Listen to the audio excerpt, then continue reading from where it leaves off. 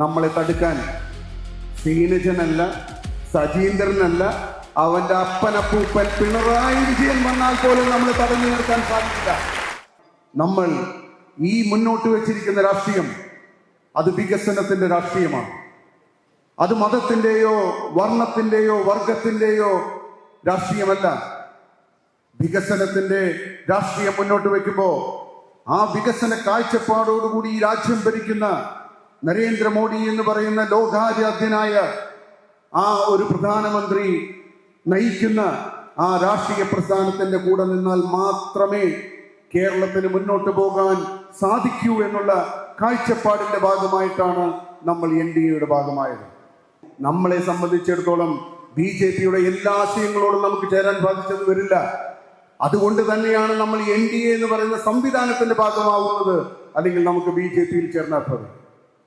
ഒരു സംവിധാനത്തിൽ പരമാവധി ആശയങ്ങൾ ഒരുമിച്ച് മുന്നോട്ട് പോകുമ്പോൾ, അല്ലെങ്കിൽ ഒരു മിനിമം കോമൺ പ്രോഗ്രാം എന്ന രീതിയിൽ ഒരു പൊതുവായിട്ടുള്ള ധാരണ ഉണ്ടാക്കി മുന്നോട്ട് പോകുന്നതിനാണ് എന്ന് മുന്നണി സംവിധാനമുള്ളത്.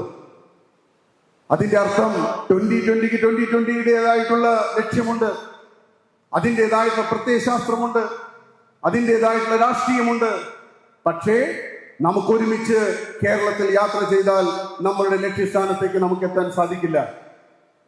പകരം നമ്മൾ ഒരുമിച്ച് ഒരേപോലെ ചിന്തിക്കുന്ന സമാന മനസ്കരായ രാഷ്ട്രീയ പ്രവർത്തകർ ഒരുമിച്ച് യാത്ര ചെയ്താൽ നമുക്ക് എത്രയും വേഗം ആ ലക്ഷ്യസ്ഥാനത്തേക്ക് എത്താൻ സാധിക്കും. അത് തന്നെയാണ് ഇന്ന് നമ്മൾ ദേശീയ ജനാധിപത്യ സഖ്യത്തിന്റെ ആ മുന്നണിയുടെ ഘടക കക്ഷിയാകാൻ നമ്മൾ തയ്യാറായത്. ഇപ്പോ പലരും ചോദിക്കുന്നു, നിങ്ങൾ എവിടെയൊക്കെ മത്സരിക്കും? നമ്മൾ എവിടെയെങ്കിലും മത്സരിക്കട്ടെ, പക്ഷേ മത്സരിക്കുന്നത് ജയിക്കാനായിരിക്കണം. ഇവിടെ ജയിക്കുക തന്നെയായിരിക്കണം നമ്മുടെ ലക്ഷ്യം. നമ്മൾ ഇനി ഉള്ള ദിവസങ്ങൾ, ഈ 50 ദിവസങ്ങളിൽ നിങ്ങളുടെ മനസ്സിൽ എപ്പോഴും മന്ത്രിക്കേണ്ട ഒരു ഒരു ഒരു മുദ്രാവാക്യം അല്ലെങ്കിൽ ഒരു വാചകം, അത് ഒറ്റ വരിയേ ഉള്ളൂ. അത് അണ്ടർലൈൻ സ്റ്റേറ്റ്മെന്റ് ആയിരിക്കണം. നമുക്ക് ജയിച്ചേ തീരൂ. ആ ഒറ്റ വാചകമായിരിക്കണം എന്നും കാലത്തെണീക്കുമ്പോ നമ്മൾ സ്വയം പറയേണ്ടത്.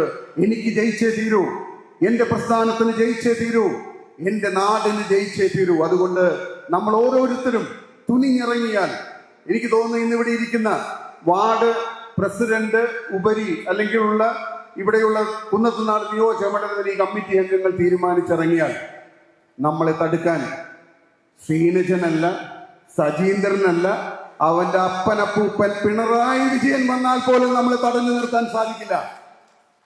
അത്രത്തോളം ദൃഢനിശ്ചയത്തോടുകൂടെ ഈ ഒരു അവസരത്തിൽ നമ്മൾ പ്രവർത്തിക്കണം. ഈ സുവർണാവസരം നമ്മൾ കൈവിട്ടാൽ നമ്മൾ എന്നും പരിതപിക്കേണ്ടി വരും. കാരണം ഈ സുവർണാവസരം നമ്മൾ പരിപൂർണതയിലേക്ക് എത്തിച്ചാൽ കേരളത്തിന്റെ ഭരണത്തിൽ അത് 2020 ഉണ്ടാകും. അതിനുവേണ്ടി നിങ്ങൾ പ്രവർത്തിക്കണം.